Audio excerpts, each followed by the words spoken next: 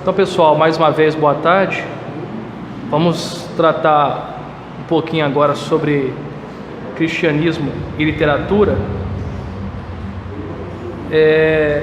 Primeiramente, eu sempre gosto de lembrar aquilo que nós falamos ontem, num contexto diferente, que a Bíblia é também literatura. Não é somente literatura, como é óbvio, mas também literatura. E ela aborda ali e se expressa, Deus se expressa através de vários gêneros literários: poesia, provérbios, apocalíptica, história.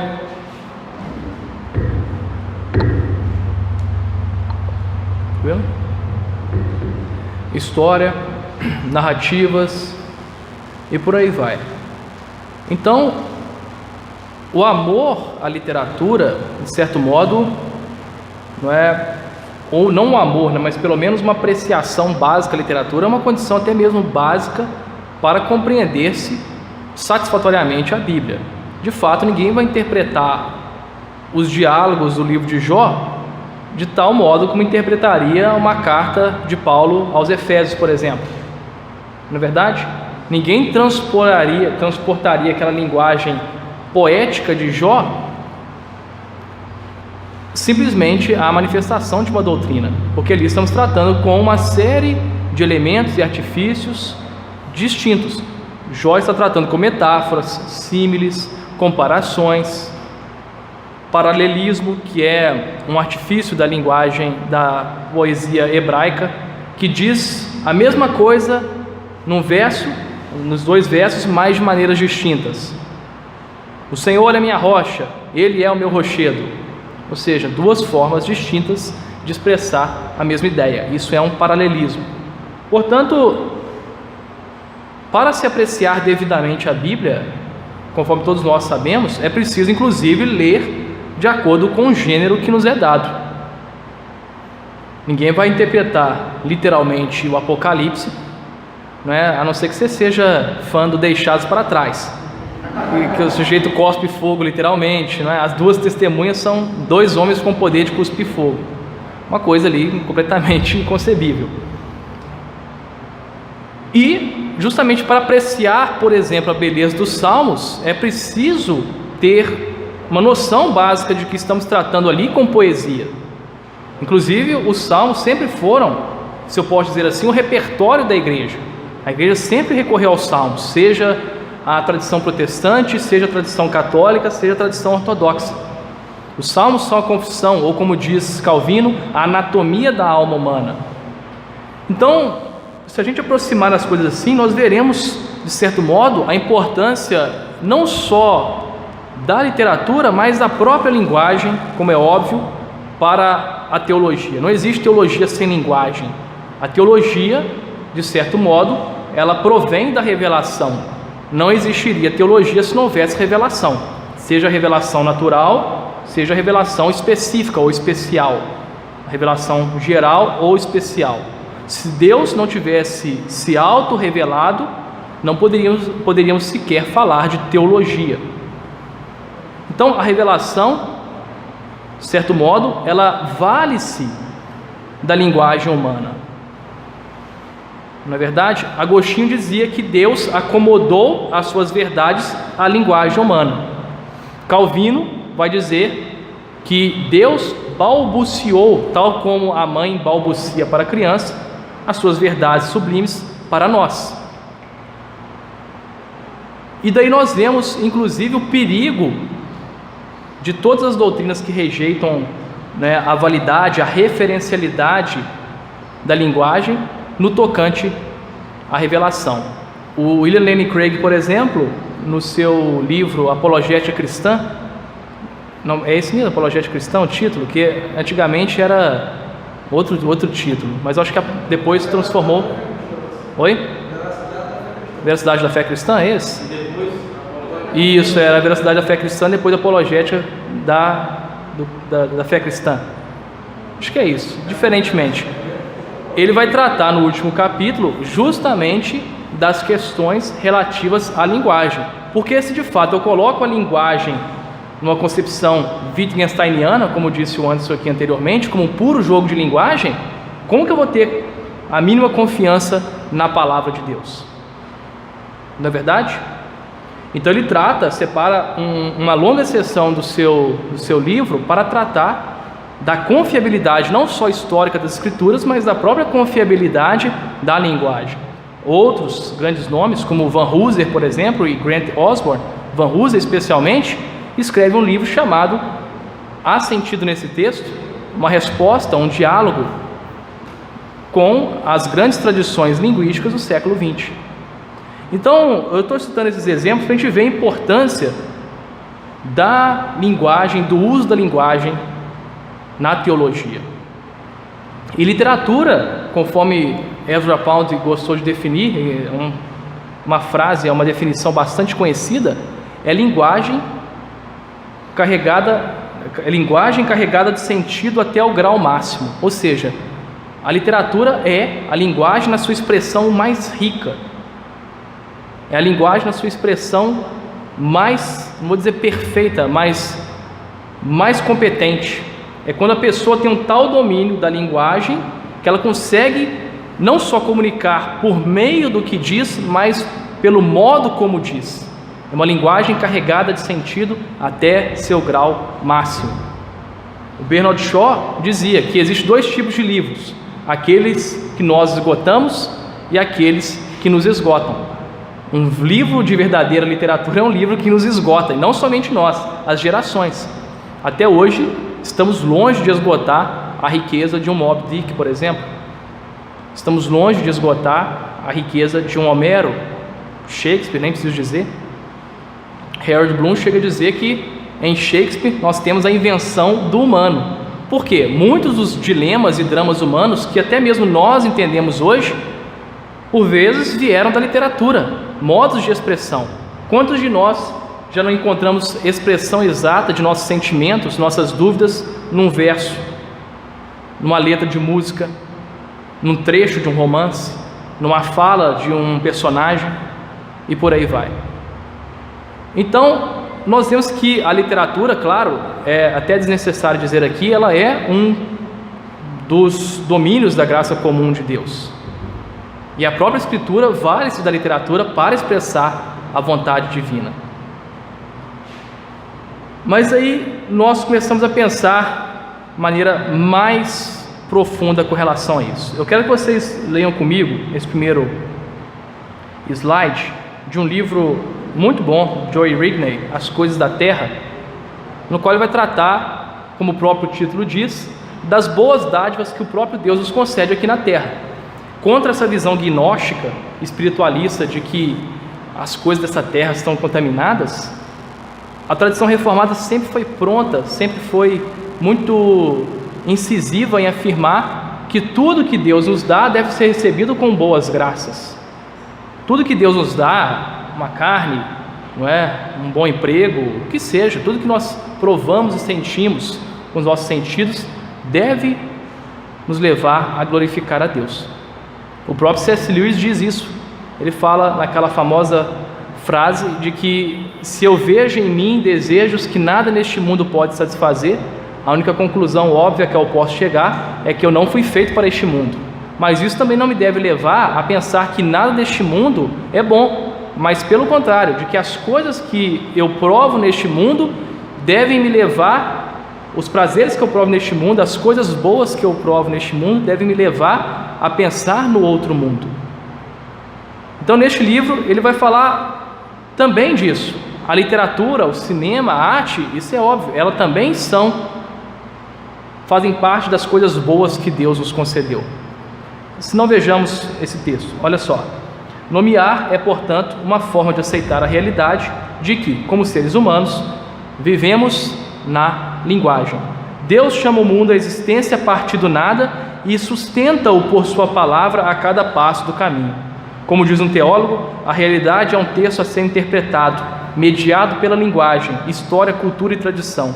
Como parte dessa realidade falada, seres humanos são falados também. Também somos palavras, palavras do Deus que habita outras palavras. Se o mundo é um discurso de Deus trazido à existência, e sustentado por sua palavra, então podemos ver como o progresso em aprender a falar a linguagem da criação e, portanto, a produzir cultura, corresponde aos 3 estágios do chamado vocacional do homem como portador da imagem divina. Quem quiser saber quais são os 3 estágios, depois recorra ao livro. Mas o ponto é, nós vivemos na linguagem, nós somos seres também da linguagem. Deus nos chama à existência por meio da linguagem. E conforme eu falei ontem, todos nós, ao pensarmos em nós próprios, nós concebemos uma narrativa interna. A sua autobiografia é a sua narrativa para si próprio. Você explica e você se situa no mundo, você se explica quem você é e você se situa no mundo por meio de uma narrativa. Nós podemos chamar aqui de história de vida. Você pega uma série de pessoas que cruzaram seu caminho, uma série de lugares pelos quais você passou, uma série de acontecimentos e eventos, né, que se deram contigo, e você pega todos esses elementos separados e diferentes entre si e cria uma unidade. Coisas que aparentemente seriam desconexas são unidas, conectadas por meio da narrativa. E todos nós vivemos de narrativas. O Van Hooser diz algo interessante. O que nós chamamos de cosmovisão nada mais é do que uma grande metáfora expandida.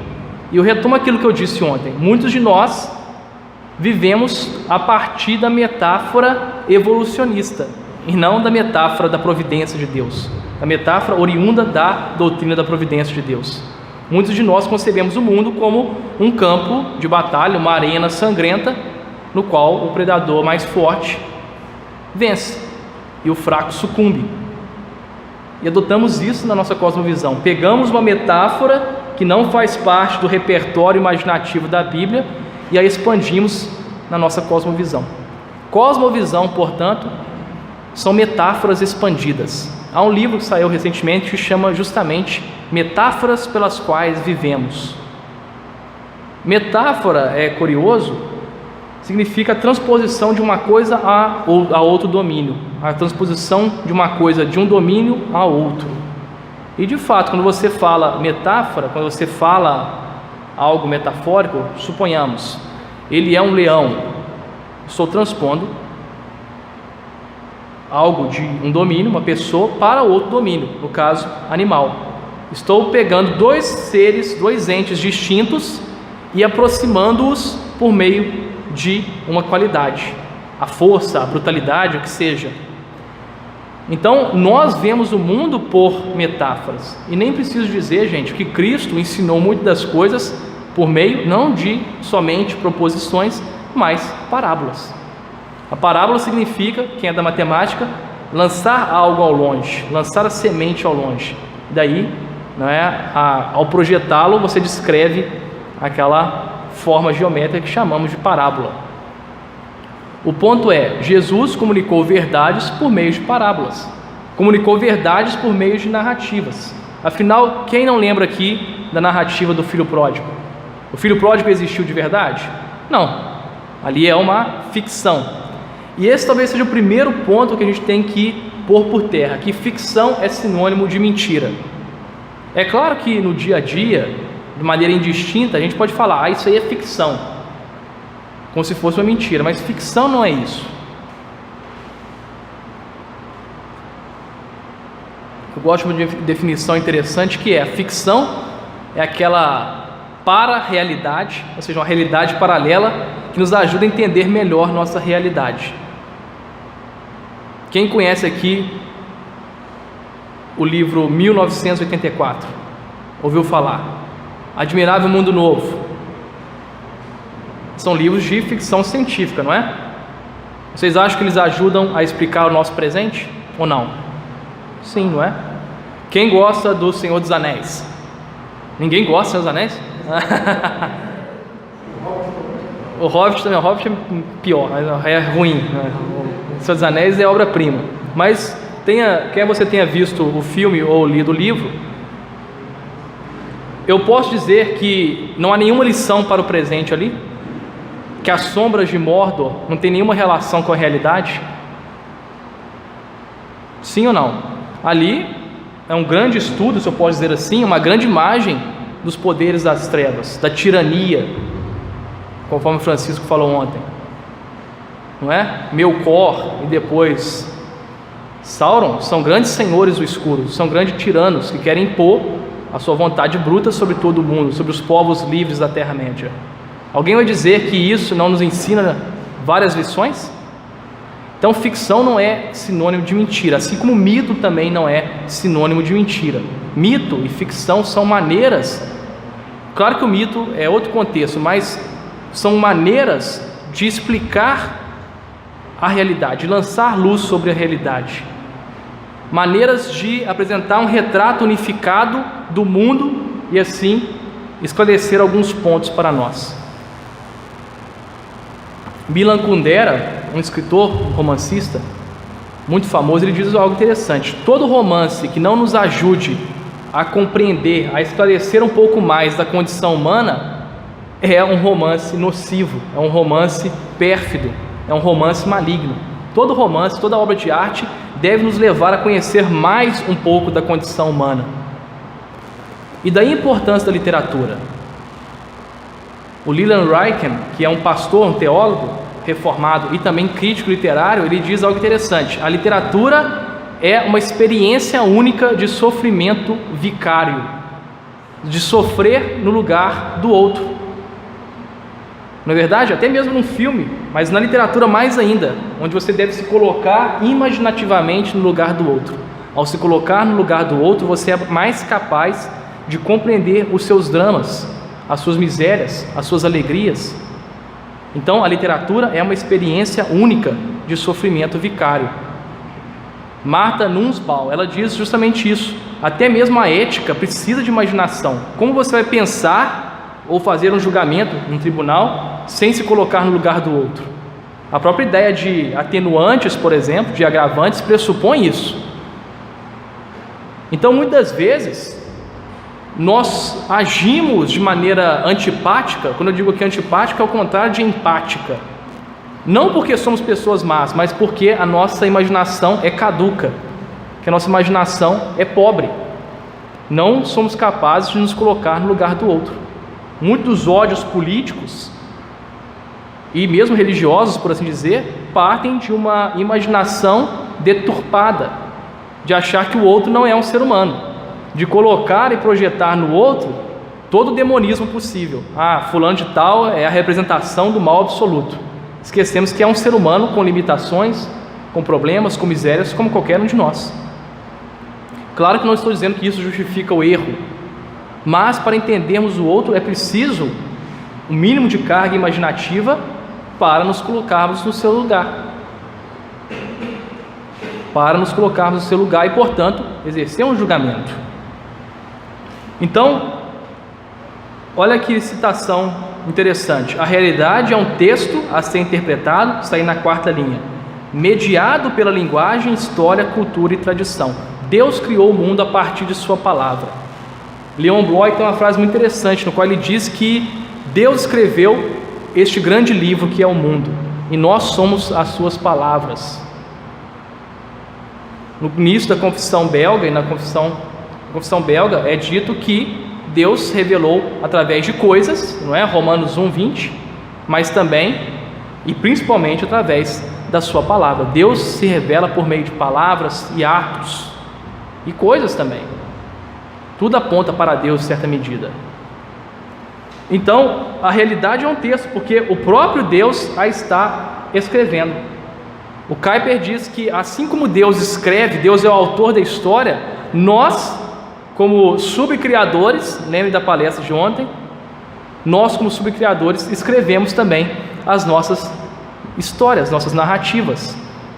Deus é o autor da história, Deus está junto conosco, participando de um drama, o teodrama, o drama da salvação, o drama da criação, que é da redenção e consumação. Então Deus é o grande dramaturgo, não é verdade? E nós estamos inseridos nesse palco que serve para exibir a sua glória, que é este mundo. Então, a realidade é um texto a ser interpretado porque Deus a criou por meio da sua palavra. E reparem, gente, o mundo não é uma substância opaca que se fecha ao nosso entendimento. Nós podemos e devemos interpretar o mundo porque Deus o dotou de sentido.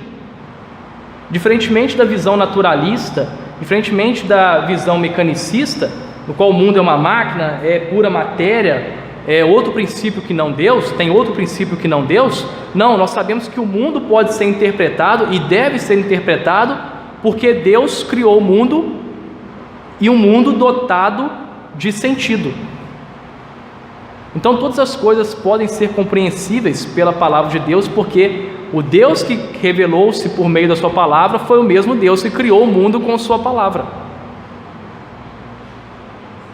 Então, metaforicamente falamos, este mundo é um grande texto. A Bíblia é o seu script, não é verdade? É o seu roteiro autorizado por Deus, no qual você sabe como agir, sabe qual é seu papel. O mundo é um texto a ser interpretado, ele é mediado pela linguagem. Isso é curiosíssimo, por quê? Às vezes não damos conta que a linguagem também é ação.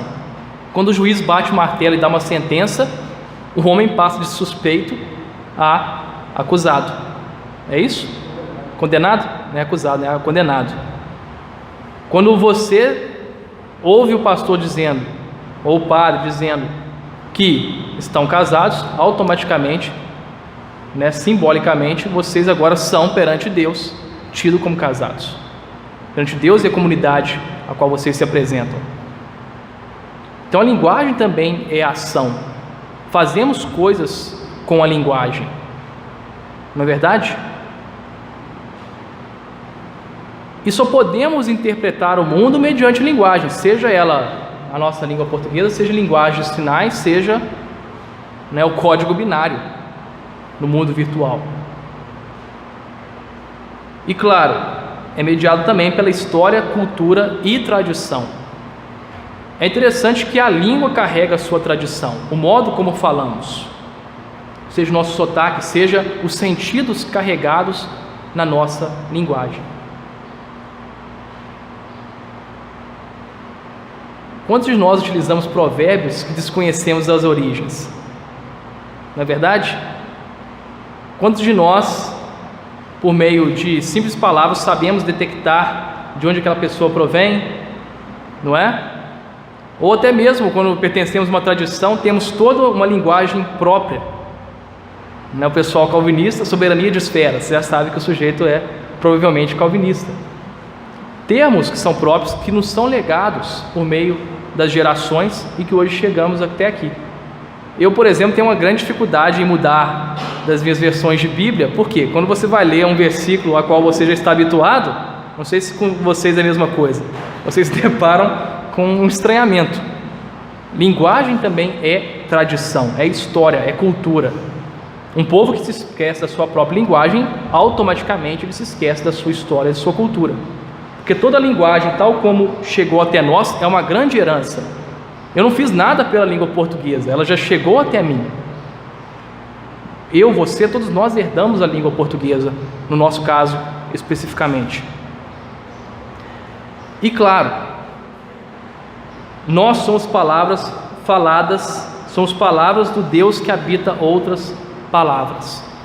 Nós nos damos a conhecer também por meio da linguagem, conhecemos o outro por meio da linguagem.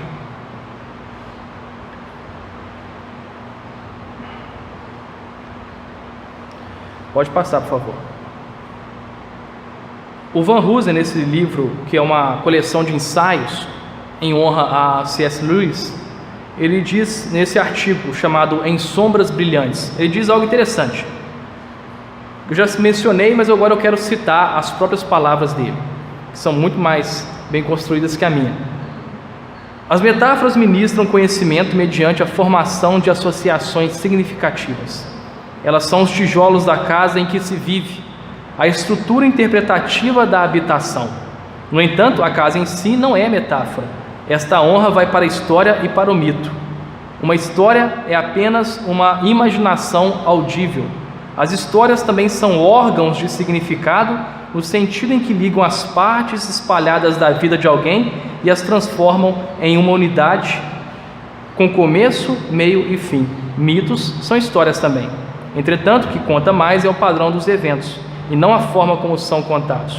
Eles não apenas comunicam ideias, em vez disso, permitem que vejamos e saboreemos a realidade de que falam.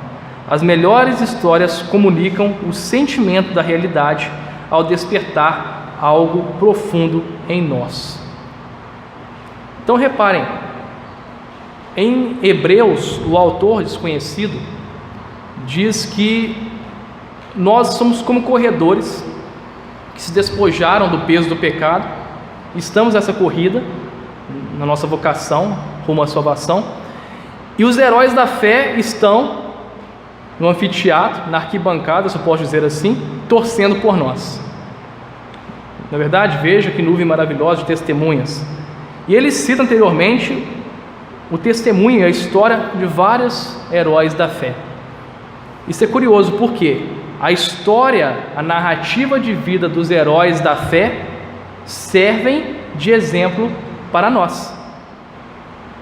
Mesmo, conforme eu falei anteriormente, o ímpio antigamente, quando a visão imaginativa cristã imperava, mesmo que ele não cresça em Deus, mesmo que ele não aceitasse as diretrizes bíblicas, ele tinha uma ideia geral do que era, por exemplo, a Arca de Noé, sabia das histórias todas dos patriarcas, de José, de Davi, de Salomão e por aí vai. Northrop Frye, que talvez foi o maior crítico literário do século passado, ele era pastor e crítico, ele diz algo interessante no seu livro, hoje esgotado infelizmente, O Código dos Códigos, que é bastante relevante.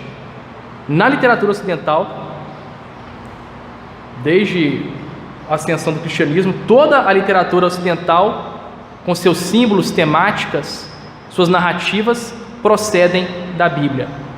Ou seja, a Bíblia possui todo o arcabouço, todo o repertório, todo o baú de símbolos, temas, narrativas, imagens, que serão explorados dali por diante pela literatura ocidental.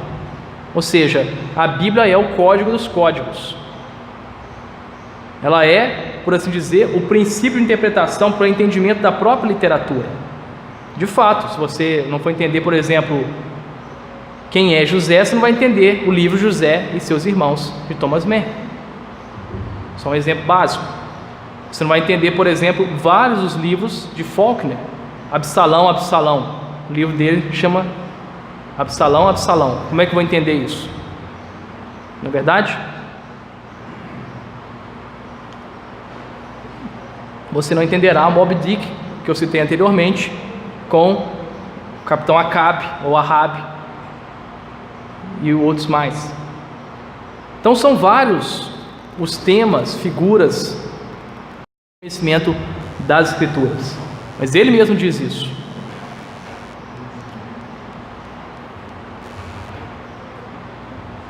Pode passar. Continuando, Van Hooser, ele fala: a razão é a capacidade de análise que procura a objetividade, examina as coisas e então as divide em componentes. Então, a razão é analítica. Até um truísmo falar isso. No ensaio Meditation in a Toolshed, ou seja, meditação em um barraco de ferramentas, Lewis contrasta o olhar para um feixe de luz com o olhar ao longo do feixe. A razão permanece afastada, mantendo distância crítica do feixe de luz, observando apenas as partículas de pó girando no ar. A imaginação, por contraste, se achega ao feixe de luz e olha ao longo dele, provando e participando de sua iluminação. É possível que Lewis tenha a intenção de corrigir o mito da caverna de Platão, com sua visão elevada da razão. Uma pergunta, né? É possível que Lewis tenha a intenção de corrigir o mito da caverna de Platão, com sua visão elevada da razão especulativa, por meio dessa meditação em um barraco de ferramentas? É possível, pode passar. E continua. Para Platão, o mundo está cheio de sombras, aparências, e só a razão pode apreender as formas eternas, verdades. Para Lewis, o mundo está cheio de sombras brilhantes, daí o título do artigo. mas a imaginação capta esse brilho, a alteridade santa na sombra. As coisas da terra são formas criadas dos pensamentos divinos. Ele descreveu esse pensamento da seguinte forma na carta escrita ao amigo Arthur Greaves: o cristianismo é Deus expressando a si mesmo por meio do que chamamos coisas reais. Então nós vemos como as coisas estão completamente ligadas. Nós interpretamos o mundo mediante a linguagem, porque ele foi criado pela palavra de Deus. Deus se revela por meio de palavras e coisas, e mesmo as coisas são retomadas por nós na nossa linguagem. É por isso que nós sabemos que o mundo ele é sustentado pela palavra de Deus, pelo Logos de Deus. Ele não é somente o verbo criador, mas também o verbo conservador, o verbo mantenedor da realidade. E eu retorno, portanto, àquela questão inicial. A Bíblia é também literatura. Temos ali, quando vemos a história de José, por exemplo, que teve que chorar perante seus irmãos, quando ele os vê novamente, já governador do Egito. Quantos de nós já não nos emocionamos com aquela passagem? Ou a hora mais triste a hora mais triste do mundo, momento de escuridão profundo, que foi o julgamento feito às pressas na calada da noite do Senhor Jesus, a sua crucificação, mas também a alegria da ressurreição. A Bíblia, portanto, irmãos, tenhamos isso em mente, essa grande narrativa que o próprio Deus nos apresentou. Uma narrativa, claro, ela é fidedigna, ela é verossímil, ela é verdadeira, mas é nos apresentada como este grande drama que se desenrola, no qual o próprio Deus, ele assume a condição humana, ele assume a natureza humana para nos trazer de volta para si. Então, o mesmo pedido que eu fiz anteriormente, ontem à tarde, eu faço hoje. Leiamos a Bíblia e deixemos que nossa imaginação seja moldada pela imaginação canônica, pela forma canônica. Que a nossa mente não seja pautada por uma imaginação secularizada. Conforme diz não é o Van Hooser, eu não vou lembrar agora o nome do teólogo, um teólogo contemporâneo. Não substituamos o sola escritura pelo sola cultura. Não somente no sentido de doutrinas. É claro, se você perguntar para a maioria dos crentes hoje, das igrejas tradicionais, são crentes ortodoxos, mas a sua imaginação é formada não pelo sola escritura, mas pelo sola cultura. A Bíblia é este grande cânone, uma abordagem aqui histórico-canônica. A Bíblia ela é um grande cânone, uma grande narrativa, um grande drama divino, que deve formar e formatar no bom sentido a nossa mente, para que vejamos o mundo por meio do olhar escriturístico.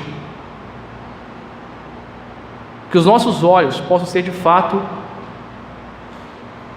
limpos, clarificados pela palavra de Deus. Que, conforme diz Calvino, as escrituras possam ser de fato os óculos ou lentes através dos quais nós enxergamos o mundo. O otimista ingênuo, cândido, enxerga o mundo, como diz a expressão inglesa, por óculos cor-de-rosa, não é?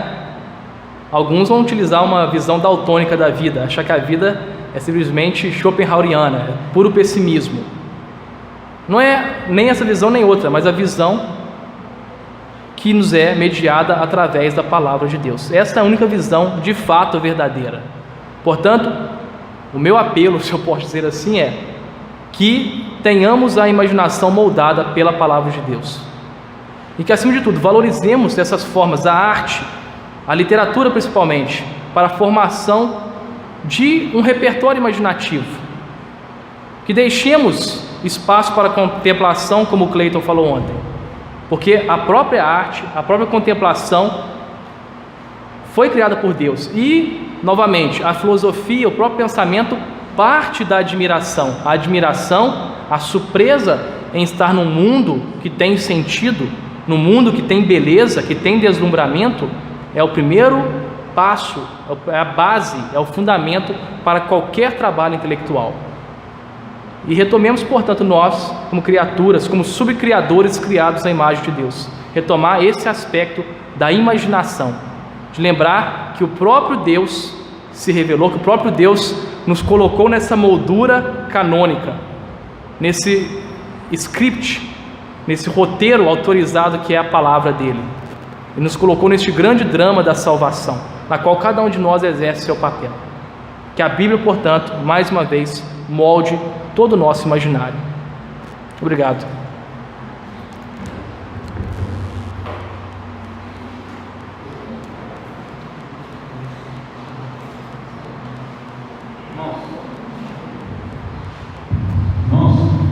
Eu vou abrir para... Pode ser 5 perguntas? Pode? Vou abrir aqui para 5 perguntas. Eu vou perguntar primeiro. Você vai pensar que eu primeiro.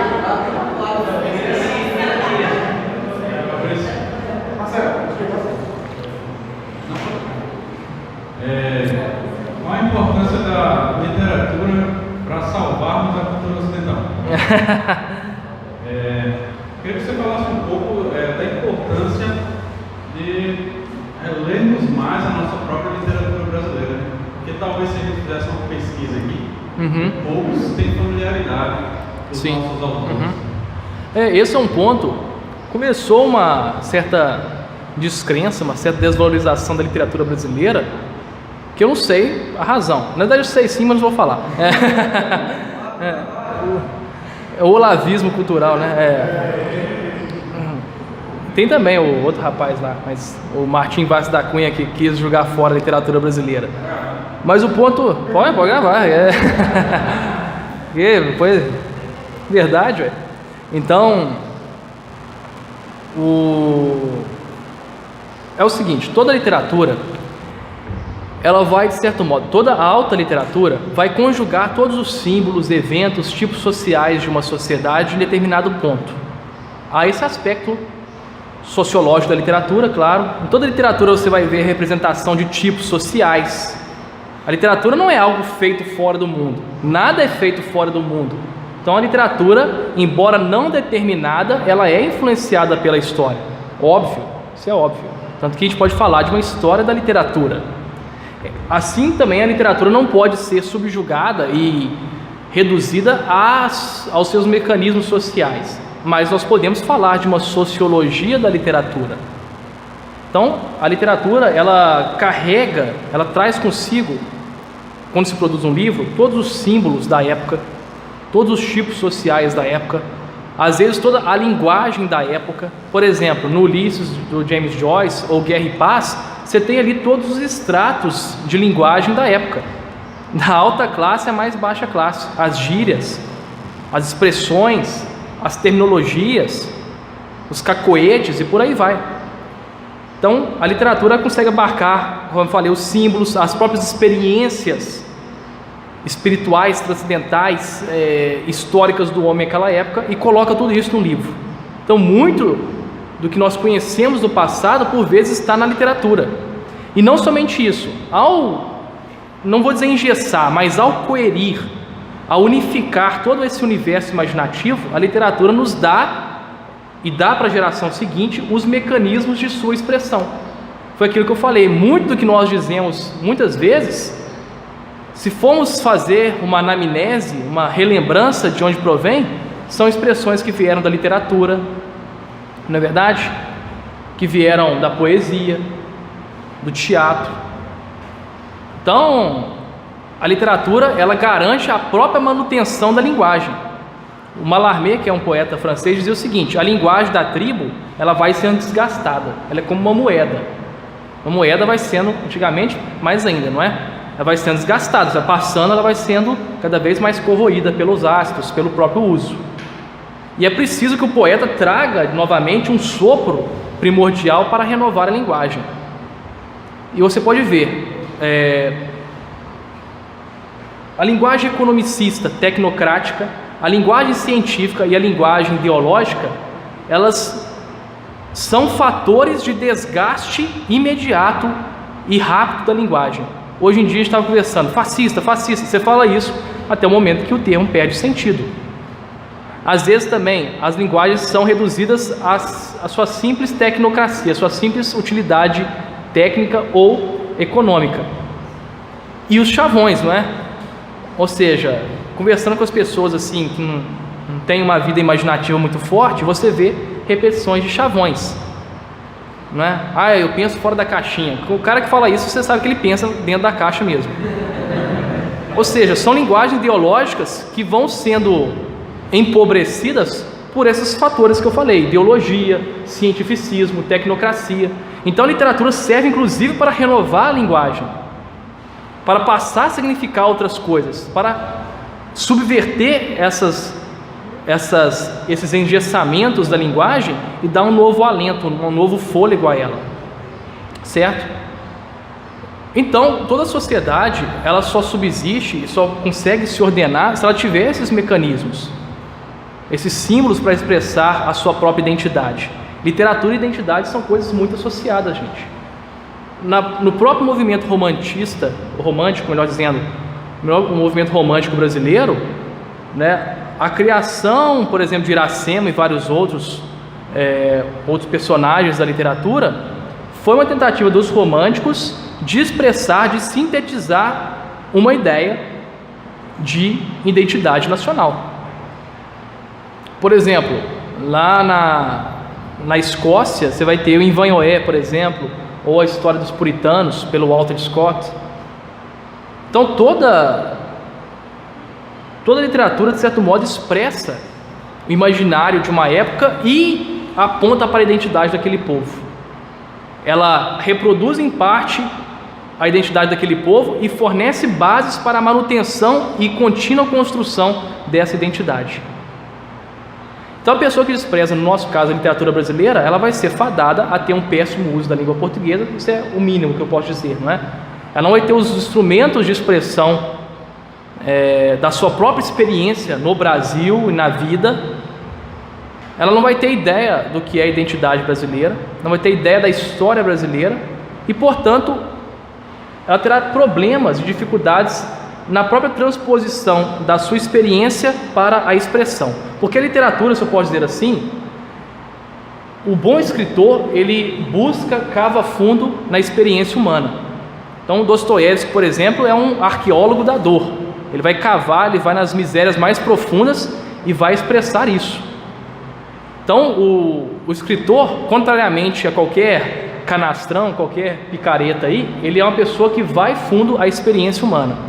Ele não reduz a experiência humana a chavões, a palavras de efeito, a platitudes. Não, ele busca a realidade humana, a sua experiência concreta.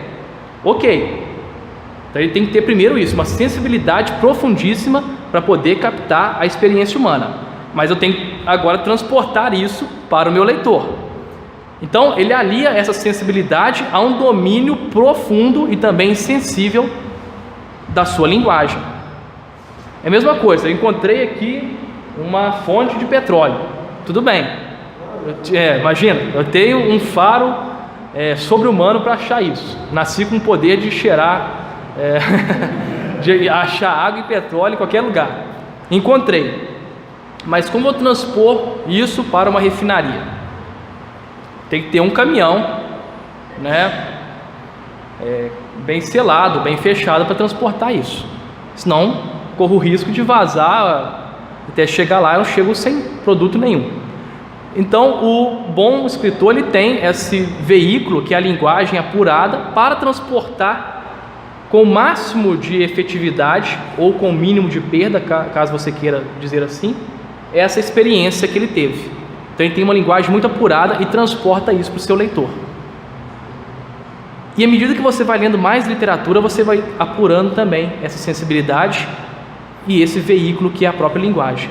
Então você tem mais capacidade, mais precisão, mais exatidão para transportar, para cavar mais fundo na experiência humana e transportá-la por uma linguagem acessível. Então quem não lê, principalmente nossa literatura, está fadado tanto a ser um bruto que não percebe, não tem sensibilidade com as coisas, quanto um bruto na linguagem, uma pessoa que não tem os mecanismos e instrumentos básicos para expressar essa experiência.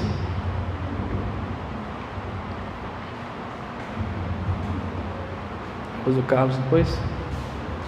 Eu tenho uma pergunta a respeito de crítica literária. O Norman Fry vai dizer naquele livro dele, Anatomia da Crítica? Não. Anatomia da Crítica, a ideia dele é fazer uma espécie de ciência, né, da crítica, se é possível, e ele vai se voltar bastante contra a ideia de você analisar a literatura a partir de uma ciência prévia, ou a partir de uma teoria, ou a partir de alguma coisa do gênero. Mas no ambiente intelectual protestante é muito comum a gente analisar as coisas a partir de uma cosmovisão cristã e até mesmo por um estudo, por exemplo, trabalho com literatura, ele vai trabalhar sempre com essas questões éticas, etc. Minha pergunta mesmo é: existe uma crítica literária cristã e como deve ser uma crítica literária cristã? O que nós devemos analisar na obra literária e etc. Então, a primeira coisa, inclusive a crítica literária hoje, não só no Brasil, mas em grande parte das academias, pelo menos norte-americanas e partes da Europa, a grande crise que essas universidades estão, não só universidades, mas meio intelectuais também estão sofrendo, estão passando, é devido justamente a uma análise que é enviesada, ou seja, você já parte de uma teoria e você vai procurar um objeto literário que se encaixe nessa teoria. Muitas pessoas na academia da literatura, dessa área mesmo da crítica literária, eles primeiro escolhem o tema. Eu vou trabalhar com a teoria pós-colonial, trabalhar com a teoria feminista, não é? Com a teoria, qualquer uma que seja, da identidade. E agora eu vou escolher um livro. Aí é mais difícil escolher o livro do que a teoria. Você vai ter que achar um livro que se encaixe perfeitamente com a sua teoria. Então é um simples trabalho de grelha. Eu pego a forminha de biscoito, pego uma massa mais ou menos adequada a essa forma e faço os biscoitinhos. Então, trabalho literalmente pré-moldado, um trabalho que já antemão ele está fadado a concluir suas próprias premissas. O Northrop Frye e até mesmo o Harold Bloom, eles vão trabalhar com essa questão. Sim, a literatura você tem que fazer a partir do próprio objeto. Claro, você vai elencar vários outros elementos históricos, sociológicos, até para analisar uma obra de arte. Mas eu penso o seguinte: a crítica literária, se pode dizer assim, para ser honesta, ela tem que analisar o objeto em si. Vou analisar um livro tal como ele é. Serei honesto com aquele livro. Posso até dizer, uma visão até agostiniana, Agostinho dizia isso. O princípio de hermenêutica de Agostinho era ler algo, tentando extrair dali, tentando lê-lo, de modo que se promova o amor ao máximo. Ou seja, eu vou ler um livro, eu tenho que ler e interpretá-lo do modo com que minha caridade se expresse ao máximo, porque muitas vezes a gente vai num texto para criticar, não é verdade? Hoje em dia isso é febre, a pessoa vai num texto já visando criticar, ou seja, o cara já assumiu uma postura antipática e vai naquele texto buscando algum erro, alguma coisa para criticar. Agostinho falava justamente o contrário: parta para análise visando o amor, visando a promoção do amor. Interprete da maneira em que o amor seja mais promovido. Então, esse tipo de honestidade, de abertura de alma para com a obra literária, eu acho uma condição básica para a literatura. Entende? Ler o livro por aquilo que ele é, primeiramente. Para entender o próprio organismo, o próprio sistema, se pode dizer assim, embora eu não goste desse termo, mas a própria estrutura simbólica da obra literária. E eu acho, portanto, que uma crítica cristã, seja ela literária ou cultural, é justamente isso, eu não gosto do termo intelectual cristão, não existe isso, intelectual cristão. Cristão busca a verdade, intelectual é quem trabalha com ideias não necessariamente são verdades. O cristão, ele é o quê? Um amigo meu falou esse termo, ele é não tem a filosofia, você tem o filoaletheia, aquele que ama a verdade. O filósofo é o amor à sabedoria. O cristão é o filoaletheia, o amor é o que ama a verdade. O cristão deve amar a verdade, pronto, acabou. E conforme diz Calvino, toda verdade é verdade de Deus. Então, partindo desse aspecto, o crítico cultural, não sei, literário cristão, nada mais é do que aquele que ama a verdade e vê o mundo tal como ele é. Ou seja, o cristianismo é a própria realidade. Porque essa questão dogmática, inclusive, é muito problemática e criou talvez as piores obras ou críticas do mundo todo. O Tolkien era acusado por ateus de ter escrito no seu Senhor dos Anéis uma obra de proselitismo cristão. O ateu enxergava o cristianismo em tudo em Tolkien. E os cristãos enxergavam em Tolkien paganismo, simbologia, esoterismo. Então ele ficava assim, quem está certo? Ou seja, na verdade eu acho que esse é o momento adequado, é a posição correta, ser criticado por ambos os lados, aí você sabe que você está certo. Em geral, né? Em geral, pode ser que não também. Se está desagradando duas das partes opostas, você está certo, provavelmente. Então, o próprio Tolkien dizia: eu jamais quis fazer na minha obra uma paródia do cristianismo. Jamais quis que ele fosse um proselitismo de uma visão cristã formalizada. Embora você lendo Tolkien, você vê que a visão cristã é profunda ali. Embora em momento nenhum se mencione Cristo, até porque o Senhor dos Anéis passa num período, se eu posso dizer assim, pré-cristão. A revelação cristã não havia sido dada ainda, o Senhor dos Anéis, não é? Embora seja um tempo mítico, mas é um tempo mítico onde a revelação ainda em Cristo não chegou. Então o ponto é como Tolkien fazia, ou o próprio C.S. Lewis por vezes, embora às vezes ele resvalasse, caísse na alegoria. É você amar a verdade e interpretar o mundo assim.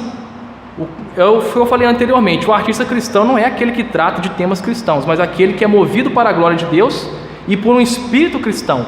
Esse espírito cristão busca a verdade onde quer que ela esteja, e a verdade é Cristo.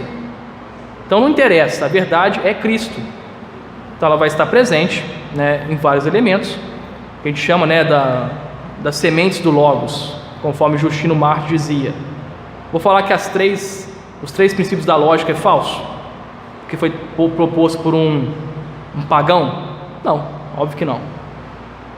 Então eu acho que é essa a questão. Você quer ser um crítico, se eu posso dizer assim, um crítico literário cristão, etc., é simplesmente aquele que vale-se do seu cristianismo para enxergar o mundo, não aquele que pega assim, estou aqui com uma visão dogmática, estou com a confissão de fé de Westminster na cabeça, vou avaliar o mundo, aquela obra de arte, aquele filme por causa disso.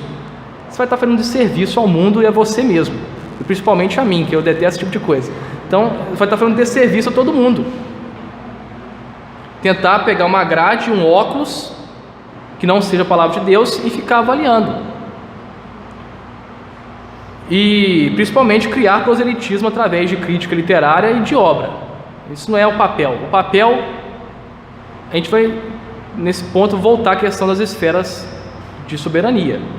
A pregação da igreja deve ser isso. Agora, uma crítica cultural pode ser cristã e deve ser cristã, mas sem ser proselitista. Muitos fazem. Você pega, por exemplo, na verdade, os grandes críticos da modernidade foram pessoas que agiram assim. Você pega só os protestantes, Julius Stoll, na Alemanha, Eugen Rosenstock-Huessy, que era um homem de uma erudição imensa, é um homem de uma erudição tão imensa que o próprio Rushduni falou que era discípulo dele. Vocês imaginam o homem. O Eugen Rosenstock era um protestante, mas não analisava tudo,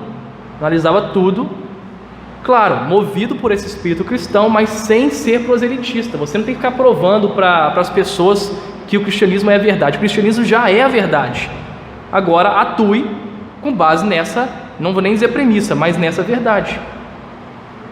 Então não faça proselitismo na crítica literária ou cultural, não faça proselitismo no que você escreve, não faça proselitismo na sua pintura. Seja movido pelo espírito cristão e vise a glória de Deus. Pega ele, por favor. Então fala alto para o pessoal ouvir. Quando você estava falando sobre a questão da beleza, e ela se encaixa muito bem em relação à literatura. Porque, como certa vez, uma boa literatura, uma boa escrita, geralmente ela fala aos olhos do leitor, sim, não somente aos ouvidos. sim. Mas você percebe que tem havido uma apostasia em relação à admiração da literatura e uma falta de cristianismo dentro das literaturas, porque assim, a gente vê muitas vezes, quando se fala de literatura, justamente esse óculos, essa cosmovisão pagã. Sim. A gente vê, geralmente, uma desconstrução e não se leva em conta que um dos grandes contribuintes da literatura e da questão da mobilidade de se admirar uma obra, ou às vezes uma escrita, inclusive a nossa cultura e tradição, ela se deve também ao cristianismo. Sim. Você perdido isso? Você acha que tem realmente acontecido essa apostasia? O que você acha que tem sido um dos maiores provedores dessa apostasia em relação à admiração da literatura e da falta do cristianismo que lidar com ela? Sim, essa questão é interessante porque o Rushduni vai pegar, por exemplo, desde Marquês de Sade você vê isso, essa naturalização, ou seja, a natureza passa a ser o domínio normativo. Tudo que é natural é, por definição, certo. Daí você vê, por exemplo, pessoas tentando justificar várias coisas por meio do apelo à natureza. Ah, mas os animais fazem isso, não é? Os animais, se for ver assim, devoram os próprios filhos. Alguns leões, por vezes, devoram os próprios filhotes. Até a homossexualidade. Não, exatamente, homossexualidade. Eles vão utilizar esse argumento. Por quê? Porque isso demonstra uma transposição, né, do domínio ético para o natural. A natureza passa a ser o domínio ético último. Tanto que nós falamos muito na Bíblia, os céus e a terra. Gradativamente as pessoas pararam de falar céus e falam céu. Porque os céus eram não só esse céu atmosférico, na mentalidade vétero e neotestamentária, e também na Idade Média. O céu, como essa abóbada da terra, que a gente chama de céu atmosférico, o espaço sideral e o lugar de habitação de Deus. Então eram os céus, plural. Mas lembra que eu falei ontem que esses elementos vão desaparecendo, e hoje o céu é isso, é o que está fora da terra nesse sentido. É aquilo que circunda a terra, é o ambiente último. A gente vai vendo uma naturalização das coisas. E na literatura, como é óbvio, a literatura, assim como toda a arte, qualquer outra coisa, economia, política, não subsiste autonomamente. Nada é autônomo neste mundo. Tudo está em coerência mútua, como diz o Doiver. Tudo está entrelaçado. Foi o que eu falei. Embora a sociologia e a história não determinem a literatura, elas influenciam. Estão todos ligados. Assim como a literatura influencia a história e a sociologia. Uma coisa influencia a outra. O ponto é, desde o afastamento desse princípio cristão, a gente vai vendo essa degradação cada vez maior. E eu vou dar uma de acusador rushduniano aqui. O Rushduni geralmente vai colocar a culpa na igreja. Grande parte é a própria igreja que deixou que as coisas chegassem a esse estado. Hoje em dia você tem autores cristãos escrevendo. Na verdade, a gente pensa, modernismo. O modernismo teve alguns dos maiores escritores cristãos de todo o tempo, de todos os tempos. T.S. Eliot, C.S. Lewis, Tolkien, Dorothy Sayers, hoje em dia, viva até hoje, a Marilyn Robson, e vários outros. Ou seja, mas o que nós estamos lendo? Estamos levando isso? Quantos de nós, às vezes, queremos fazer um grupo de leitura na igreja? Às vezes não queremos, nem nos damos o trabalho disso, juntamos para falar de tudo, né? Até do Cabo da Ciolo, mas de literatura não. Cabo da Ciolo é tenso, né? Mas menos de literatura, menos de arte. E muitas vezes iniciativas falham, as pessoas tentam fazer um grupo desse, mas falham porque ninguém se interessa. Quantos de nós pensam o seguinte, para que eu vou ler literatura se tem para ler aqui Fuglin, se tem para ler Doiver? Esquecendo que a literatura é essencial até para compreender a filosofia, né? Platão escreveu em quê? Diálogos, de forma literária. O ponto é, a igreja foi se afastando, cada vez mais, e a influência bíblica também. Uma das acusações interessantes é, até crianças, o que ensina-se às crianças nas escolas dominicais? A colorir a arquinha de Noé. Se alguém aqui faz isso, não estou criticando diretamente não, mas É uma coisa até óbvia. A criança aprende a colorir a Arca de Noé aqui e na escola vai aprender ideologia de gênero. Ou seja, é uma disputa quase infiel, quase assimétrica. Porque esquecemos de preparar o imaginário das pessoas. A criancinha não pode não, coitada, né? As pessoas que estão lá fora pensam justamente o contrário. Então, quantos de nós temos o costume de ler literatura? Se não temos sequer o costume de ler literatura, muito menos teremos de produzir literatura. Um amigo meu disse algo muito curioso. O maior promovedor de todo tipo de obscenidade, dessas maluquices assim que saem por aí nas universidades, feitas por progressistas, não é? Performance não sei do que, performances profanas, blasfemas. O maior promovedor de tudo isso é o próprio pessoal conservador, o pessoal cristão, o pessoal de direita. Essas coisas que aconteceram às vezes num campus completamente desconhecido, no dia seguinte, ou às vezes no mesmo dia, ganha renome nacional porque o povo fica compartilhando e expressando a sua revolta. Sendo que não é isso que a Bíblia ordena. A Bíblia ordena que algumas coisas sequer devem ser nomeadas. E aquilo que é bom, puro, agradável, santo, deve ser o contínuo objeto de nosso pensamento. E esse amigo perguntou, por que em vez de vocês compartilharem essas coisas, criticar a performance de não sei o que, criticar o texto de não sei o que, você não escreve um bom texto? Você não se reúne e compõe uma boa música? Você não estuda, claro, primeiro, escreve um bom poema? Você, se é do cinema, não faz um bom filme? Só este ano, por exemplo, saiu vários filmes muito bons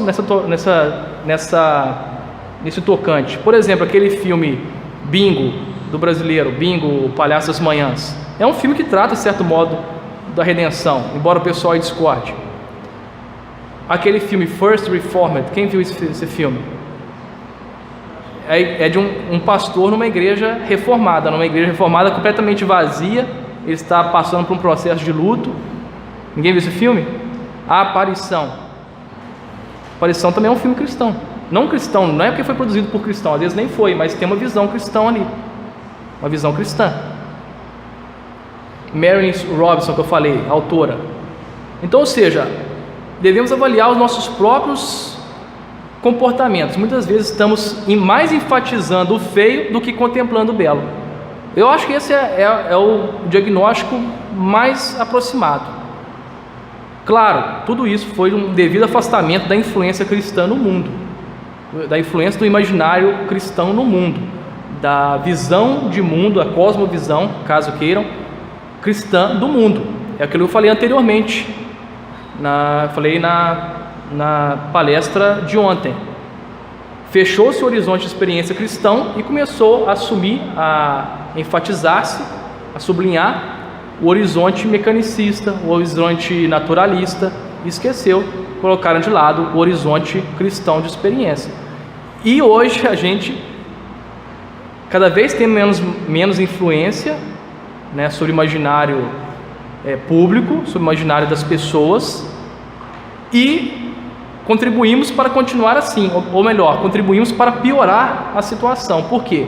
Enfatizamos o feio, enfatizamos o horrendo, o blasfemo, e não produzimos o belo.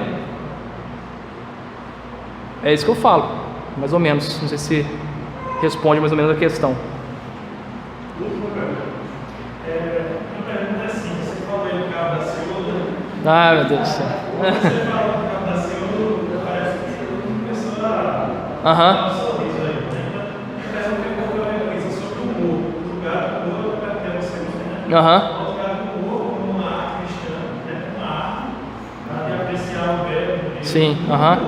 E aí depois eu queria que você falasse um pouco disso na literatura. E se na literatura sagrada, na Bíblia, você encontra elementos como linguista, né? Aham. Elementos do humor também.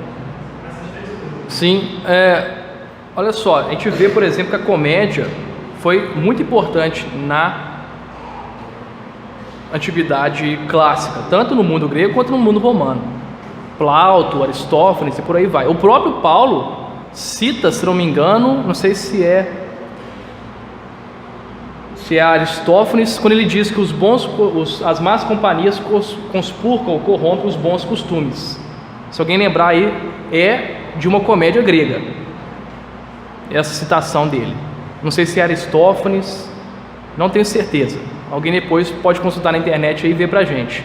Paulo ali cita isso. A comédia teve um papel muito importante, a tragédia também. Muito mais, eu diria. Como o Fuglin fala que, de certo modo, as tragédias de Sófocles vão representar perfeitamente a unidade de alma do mundo clássico. Mas você tem, por exemplo, em Plauto e vários outros, 3 tipos de personagens, né? O irônico, o bufônico e o fanfarrônico. O irônico é tipo o Dr. House, né? A pessoa cuja visão de mundo é engraçada, cuja visão de mundo, por ser bastante realista, incisiva, mordaz, né? Ela gera riso, mas um riso que é oriundo justamente disso. A ironia, ela se degenera em sarcasmo, eu posso dizer assim. A ironia é boa, porque ela é essa lacuna entre o ideal e o real. Você sabe como as coisas são, mas desejaria que fossem, né, ideais. O sarcasmo não, ele geralmente é o ressentimento por uma coisa não ser ideal. Então a ironia exige uma profunda e sensível visão do mundo, por quê? Porque ela tem que saber como as coisas funcionam, como elas se operam, tem que ter uma sensibilidade para saber como se dão as coisas, mas ao mesmo tempo tendo o olhar voltado para o ideal. Não é verdade? Então, o personagem irônico era geralmente isso. O personagem cuja visão de mundo era mordaz e por isso engraçada. O bufônico é tipo trapalhões e demais coisas, ou seja, é o bobo da corte, a pessoa cujo comportamento é engraçado, né? Faz algo risível. E também, infelizmente, hoje se degenera, às vezes, em obscenidades e por aí vai. E o fanfarrônico, que é a pessoa que se gaba de algo que não é. Tanto que existe a peça, né? O soldado fanfarrônico. O soldado fanfarrônico, assim, eu destruí um elefante com um soco na pata, né? Deu um soco na pata do elefante e quebrou essa pata. É uma pessoa que se gaba de algo que você sabe que ele não é. Entende? Mas nesse ponto, voltando à questão bíblica, eu acho que o humor é perfeitamente cabível. O riso foi criado por Deus. O humor, nesse sentido, é criado por Deus, assim como tudo. Tudo que nós temos, a música, por exemplo, é uma criação. Mas é claro que ela pode degenerar-se em funk, por exemplo. Não, tem uns funk bons, rapaz, que isso? Black metal, por exemplo. A linguagem, da mesma forma, foi criada por Deus. Você glorifica a Deus por meio da linguagem. Você prega o evangelho por meio da linguagem. Você escreve coisas, compõe hinos para a glória de Deus. Mas também a linguagem pode ser utilizada para falar obscenidades, mentir, difamar, blasfemar. Ou seja, é aquilo que o Albert Wolters diz: tem que diferenciar estrutura e direção. Tudo foi criado por Deus e é bom, mas com o pecado aquilo pode tomar uma forma ruim, negativa, maligna ou boa. Assim como o bisturi, você pode utilizar para operar, se você for um médico, por favor, ou você pode matar alguém. Da mesma forma, o humor entra nesse aspecto. O humor, sim, também creio que seja sim algo cabível, seja algo criado por Deus, mas claro que ele pode degenerar sim em obscenidades, em baixaria, né? É claro, isso é óbvio, assim como tudo. O que não quer dizer que você vai deixar de fazer, pelo contrário, você vai fazer, mas guiado pela palavra de Deus, visando a glória de Deus. Em vez de você fazer a performance macaquinhos, não, você vai fazer uma performance, nem alguém sabe, né, o que é performance macaquinhos, o pessoal viu, o pessoal da direita fez o favor de divulgar o que é. Foi aqui? Foi na Paraíba? Onde foi? Mas foi João Pessoa? Deus me livre. Ou seja, a pessoa, se ela quer glorificar a Deus, utilize isso, essa estrutura, mas com a direção voltada para a glória de Deus. O humor entra, portanto. E você tem sim ironias na Bíblia. Na Bíblia você tem momentos irônicos. Por exemplo, a parte... não vou dizer que ali é uma ironia, mas é uma parte que de certo modo chega a pensar nisso. O próprio Deus fala com Jó ironicamente: você sabe de tudo isso, né? Porque você estava lá nas fundações da terra. Isso é ironia. E quando, por exemplo, essa passagem que eu gosto muito do cego de nascença, eles perguntam a Jesus, mestre, quem pecou? este ou seus pais para que ele fosse assim? Ele fala, nenhum nem outro, mas isso foi feito para que nele se manifestasse, né, as obras de Deus, a glória de Deus. Você vê justamente isso. Cristo mostra que também as pessoas com condições especiais também glorificam a Deus, diferentemente desse mundo funcionalista, humanista, naturalista, mecanicista. Também essas pessoas são imagem de Deus e servem para manifestar a glória de Deus. Mas aí é dito para ele, você todo é nascido em pecado, quer ensinar a nós? Os fariseus perturbam tanto o cego, que ele fala, vocês estão me perguntando por quê? Eu já falei que foi Jesus que me curou, que ele colocou lodo e foi assim e tal. Vocês por acaso querem se tornar discípulos dele também? Ou seja, ali é uma ironia. Aí ele fala, você todo nascido em pecado, quer ensinar a nós? É um exemplo de ironia. Deus usa ironia com Jó, né? Então, o riso é uma criação de Deus, obviamente, mas é claro que jamais podemos cair nesse riso mordaz, sardônico, que é oriundo da obscenidade, da malícia, da baixaria e por aí vai. Sim, o humor tem seu papel sim na criação de Deus e deve ser promovido por aqueles que foram vocacionados para isso, não é verdade? Sem essa visão carrancuda e tacanha de que o crente tem que ser alguém que não sorri. Pelo contrário, a gente vê que a Bíblia tem esses aspectos.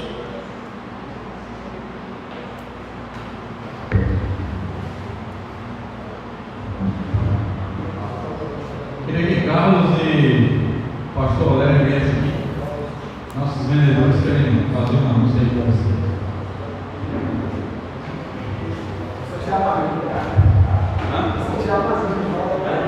Saltão mesmo.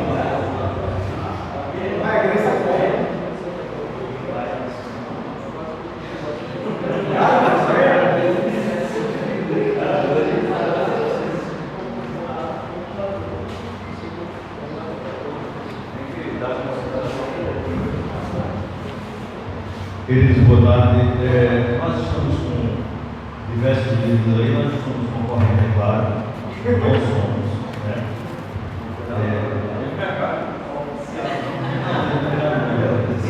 Assim, os livros estão ali para, na verdade, ajudar os irmãos.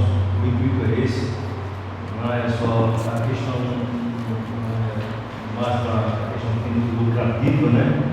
Até porque, não sei porque, a monezinha está no desconto legal, né?